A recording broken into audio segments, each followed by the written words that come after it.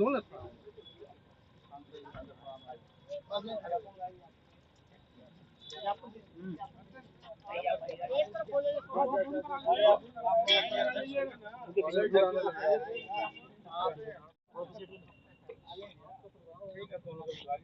हम लोग की आवाज को देश के सर्वोच्च पंचायत में इस तरह उठाइए, एक ऐसा जैसे हमारे देश में नारा लगता है एक संविधान एक विधान, उसी तरह हमारा एक पेंशन भी है।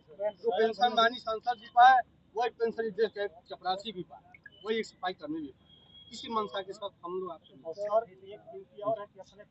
यहाँ पे आए हैं। क्या दो मुद्दा में आया तो यहाँ दिशा की बैठक के लिए था, और दिशा की बैठक आज की बहुत महत्वपूर्ण है। जो दिशा की बैठक के बाद पता चलेगा कि कुछ विभाग ऐसे हैं जो भ्रष्टाचार में डूबे हुए हैं। जैसे बिजली विभाग तो सर्वविदित है, सदन विधानसभा से लेकर लोकसभा तक, सड़क से लेकर सदन तक गुजरा है। पीडब्ल्यूडी और खास तौर से मऊ में जो स्वास्थ्य विभाग में एक माफिया काम कर रहा है, जो मरीजों का उत्पीड़न हो रहा है, जो अधिकारियों से मिलजुल कर प्राइवेट प्रैक्टिस हो रही है, और आयुष्मान कार्ड के बाद भी वसूली हो रहा है, और कार्रवाई शिकायत करने पर भी कार्रवाई नहीं होती है। ऐसे अधिकारियों से आज पूछताछ होगी कि चाहते क्या हैं। मऊ को लूटना तो जारी नहीं रहेगा। उसके बाद ये हमारे अटेवा के साथी लोग आए। इस देश में सरकार एक वन नेशन वन इलेक्शन की बात करती है, और वन नेशन थ्री पेंशन, ये तो सामान्य नहीं है ना। हमको पेंशन मिले, सबको मिले, हर आदमी देता है, तो रिटायरमेंट के बाद बुढ़ापे की एक उम्मीद होती थी। और ये सरकार आती है, इन्हीं लोगों के भरोसे सरकार आती है, इन्हीं का उत्पीड़न करती है। तो इनकी जायज मांग है, हमारे तो घोषणा पत्र में भी था। इस बात को भी मैं सड़क से लेकर सदन तक उठाने का काम करूंगा। अबू आजमी के बयान को लेकर क्या कहेंगे? अबू आजमी ने जो बयान दिया और वापस ले लिया, तो जो व्यक्ति अपना बयान को वापस ले लिया वहीं खत्म हो जाना चाहिए ना बात, मुद्दा।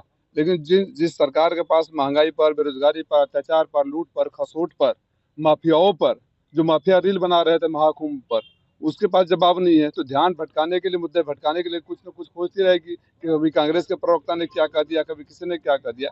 अगर आपने मुझसे कहा और आपको ऐसा लगा कि शायद लोक भावना के खिलाफ ये बात है, आपने बात वापस ले लिया, क्या शालीनता तो यही कहती है कि बात खत्म कर दो। लेकिन जिनको घटिया राजनीति करनी है, कुछ न कुछ खोजते रहेंगे। इतनी लाशों के बारे में बात क्यों नहीं की है कुंभ में? इतनी कुंभ के लाशों के बारे में क्या? जो लाशें गिरी थी गरीबों की, वो दब गई थी, जिसके लिए पैसे वसूली हो रहे थे, वो कम था? जो माफिया वहाँ रील बना रहे थे, उसके बारे में कार्रवाई कब करेंगे? और मुख्यमंत्री जी कार्रवाई करने की बात करते हैं। मैं मुख्यमंत्री से कहता हूँ कि आधे से अधिक कैबिनेट पर कार्रवाई कर लीजिए, खत्म हो जाएगा। एडीआर की रिपोर्ट निकाल लीजिए, एनसीआरबी की रिपोर्ट निकाल लीजिए। सारे अपराधी वहाँ बैठे हुए हैं। और इन्वेस्टमेंट समिट का देखा है कि ईडी ने पकड़ा वहां से फर्जी इन्वेस्टमेंट समिट में। पहले इन्वेस्टमेंट समिट से बोलता आ रहा हूँ कि ये सबसे बड़ा फर्जीवाड़ा है। और उत्तर प्रदेश सरकार जितना अपने आंकड़े दिखाती है, भारत सरकार के बजट से भी ज्यादा दिखा दिया। जमीन पर कुछ भी नहीं दिखता है। फर्जी लोगों की फर्जी, सरकार की फर्जी बातें हैं। बैठक में शिक्षा विभाग के भ्रष्टाचार का बिल्कुल उठेगा, बिल्कुल उठेगा, बिल्कुल उठेगा, बिल्कुल उठेगा। आप लोग को जो मुद्दा कहेंगे सबका उठेगा, सांसद जी। सब उठेगा। महिला जिला अस्पताल में कोई वाकया होता है तो उसके बाद सीएमएस कहते हैं डॉक्टरों की कमी है, इस पर क्या कहेंगे? वही मैं तो पहले ही बोला ना, ये तो यहाँ ये स्वास्थ्य विभाग में एक बहुत बड़ा माफिया काम कर रहा है, जो नीचे से लेकर ऊपर तक जुड़ा हुआ है। तो उनके में हम लोग खामोश रहने के लिए थोड़े जनता ने हमें चुनकर भेजा है। अगर ऐतिहासिक मतों से राजीव राय को जनता ने आशीर्वाद दिया, तो राजीव राय को उतनी बड़ी जिम्मेदारी भी है। मैं जब लौट के आऊंगा, यही नहीं, आपको, आप लोगों को पता होगा, आप लोग ही बहुत शिकायत, आप लोगों से फीडबैक आता था वर्षों से। प्रधानमंत्री सड़क योजना की सड़कें चल रही है, कोई कंप्लीट नहीं, कोई 2 साल पीछे है, कोई 1.5 साल पीछे है। पहली बैठक में विकास भवन ने कहा था कि 6 महीने के अंदर अगर सड़कें पूरी नहीं होगी तो एफआईआर कराऊंगा, जेल भेजूंगा। सरकार जेल नहीं भेजेगी तो घर से बाहर नहीं निकलने दूंगा। मुझे खुशी है कि पहली बार उनको लगा कि कोई प्रतिनिधि है, कह रहे हैं कि सारी सड़कें तैयार हैं। उन सारी सड़कों का भी लोकार्पण करूंगा। और पुनः इस बैठक के बाद, क्योंकि लेट हो रहा हूँ, विस्तृत वार्ता जो भी आप सवाल करेंगे। पीले गमछे वालों को पुलिस पीट रही है थाने में।